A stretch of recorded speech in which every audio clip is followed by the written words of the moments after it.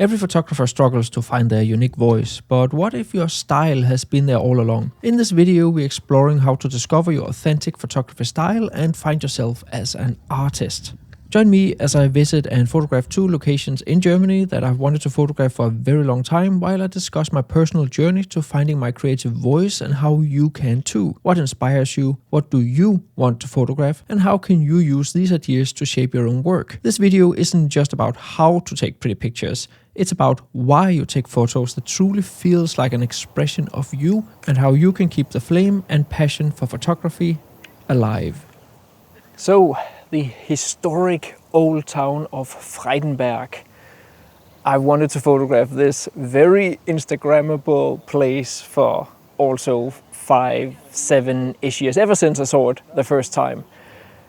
Super beautiful with these old buildings from what I read, 17th century. They were spared during Second World War, so they are to some degree original. My estimated guess is that they've probably seen an overhaul on the inside, and they're probably super expensive today, but they look very beautiful with this very characteristic half-tempered look, and how they just like layer upon layer up towards the church there in the background. So I've come out here in the middle of the day. I had hoped for more moody weather when I visited this place, but the weather has turned out to be really good.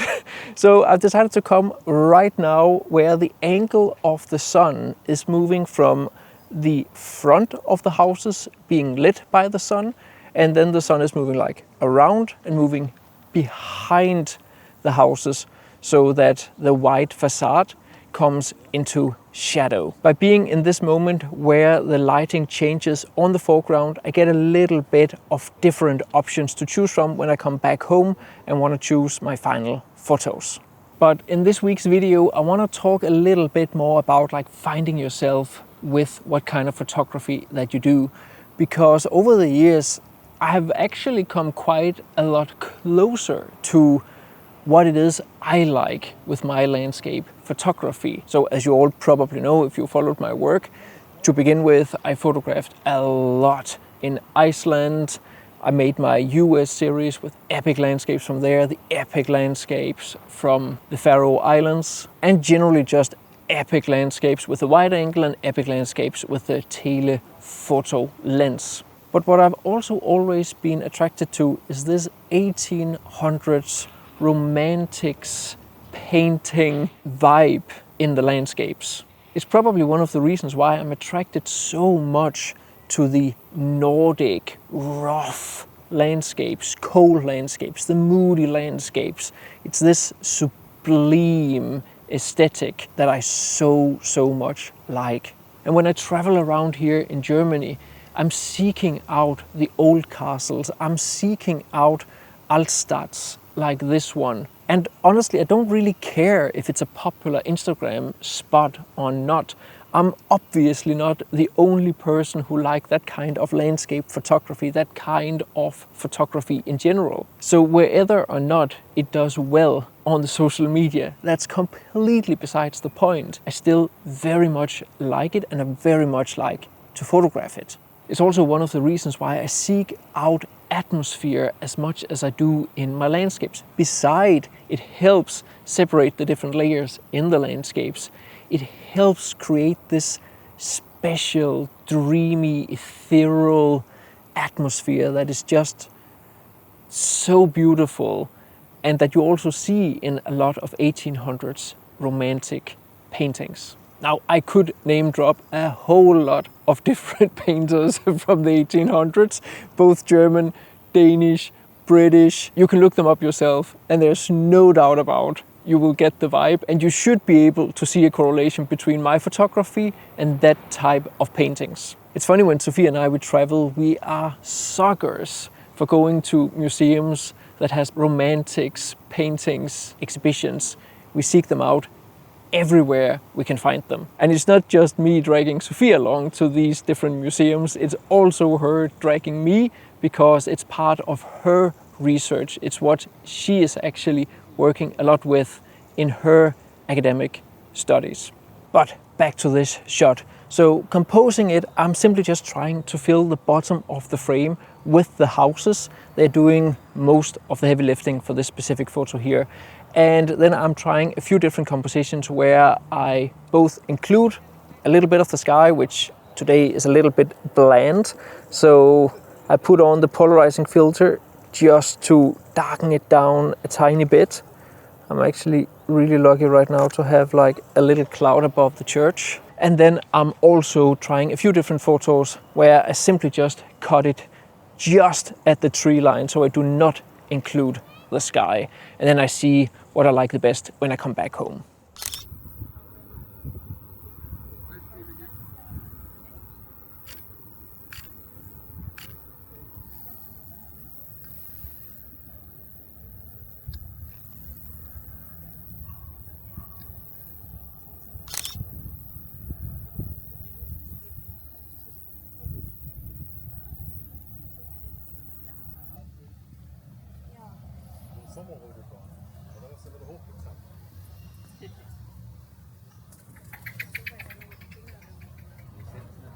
There are so many beautiful flower foregrounds here, and the cool thing is you can actually use them to like cover up lampposts and cars and other stuff that is in the foreground.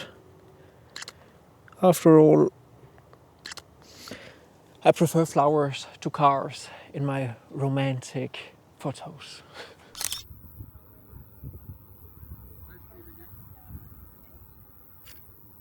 I often get comments from you guys that you want to see me photograph more during the daytime and on clear days.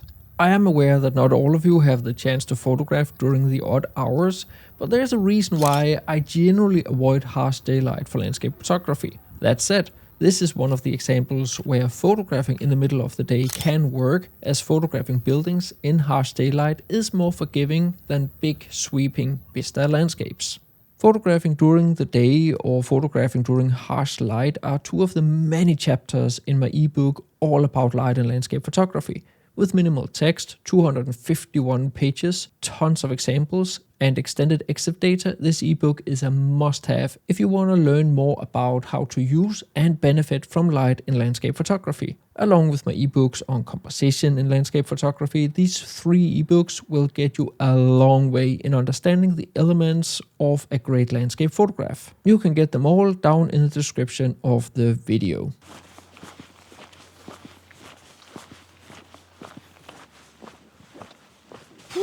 So that was a bit of a drive. I'm on my way to another place that I wanted to photograph for I don't know how many years. And right now there seems to be a heat wave coming to Europe. To be fair, I have no clue when I'm going to release this video. It may be months from now. But nevertheless, it's quite warm in this forest.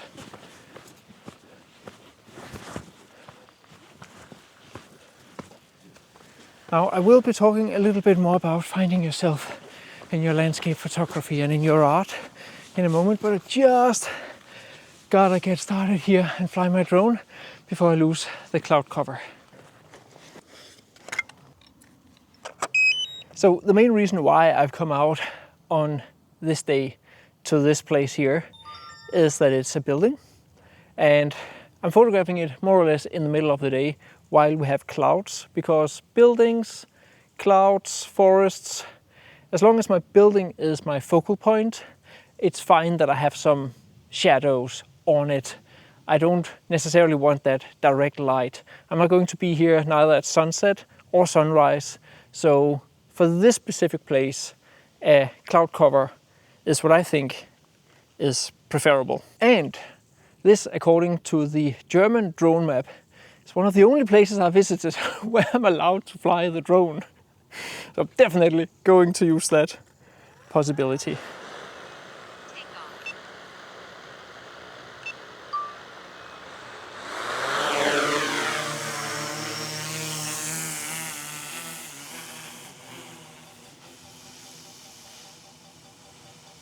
Now this just looks so cool. I think it was funny because I asked Kai Hornung about this location and he was like, is it that interesting? Like, for you Germans, obviously, you have seen this like 1,000 times. I personally think it's such a cool feature in this forest. It's like a house on a tower. I wish there was a little bit of atmosphere to make that separation throughout the layers in the forest, but you know, you can't get everything, and with this kind of weather here, there don't seem to be a massive chance of that happening anytime soon. But still a really cool looking place.